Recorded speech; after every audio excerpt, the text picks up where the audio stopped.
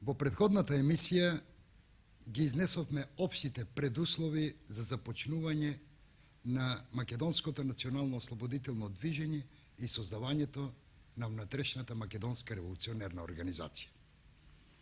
Овој пат емисијата ја посветуваме на создавањето на Македонската револуционерна организација, на нејзината активност до создавањето на Четничкиот институт за вооружена борба против османлискиот апсолутизам.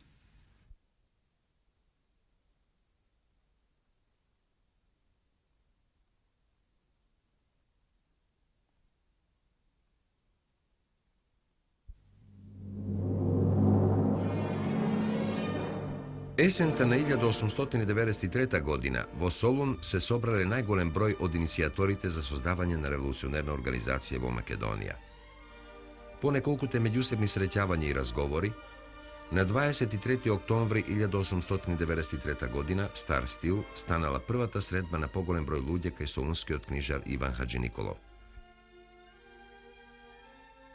На овој состанок, на кој всушност е основа на револуционерната организација, присуствувале Даме Груев, професор, родом од село Смилево; доктор Христо Татарчев, лекар од Ресен; Петар Попарсов, професор, родом од село Богомила, Велешко; Антон Димитров, учител, родом од село Ајватово, Солунско; Христо Батанџиев, професор, родом од Гуменџе; и Иван Хаџиниколов, книжар во Солун од Кукуш. На овој состанок не се донесле никакви формални заклучоци. Групата се нафатила да ги изврши првите подготвителни работи, да привлекува нови луѓе, да го проширува кругот на приврзениците на усвоената идеја, за да може да се пристапи кон поорганизирана и посистематска дејност.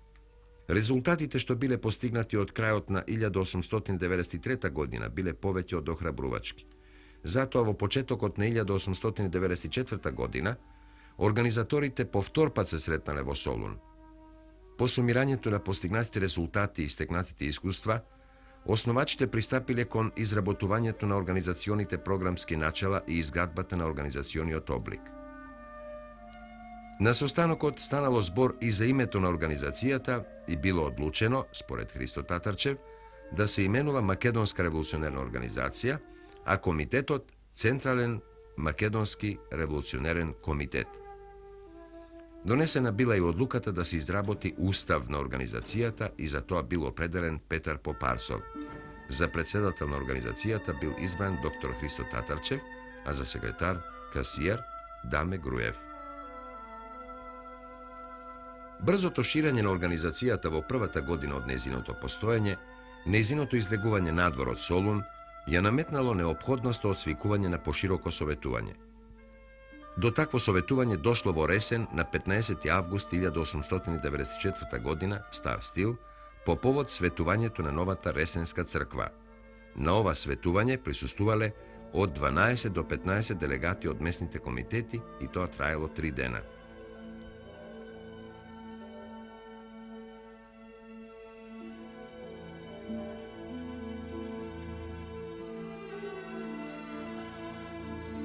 Советувањето заклучило организацијата да настојува во сите училишта да се постават за учители луѓе на организацијата, а општинските училишни управи да се постават под незина контрола.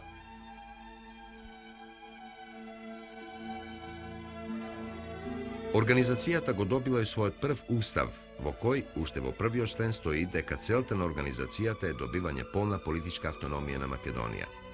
Членот 2 ја задолжува револуционерната организација своите сили првенствено да ги насочи кон будење на сознанието за самозаштита на поробениот народ.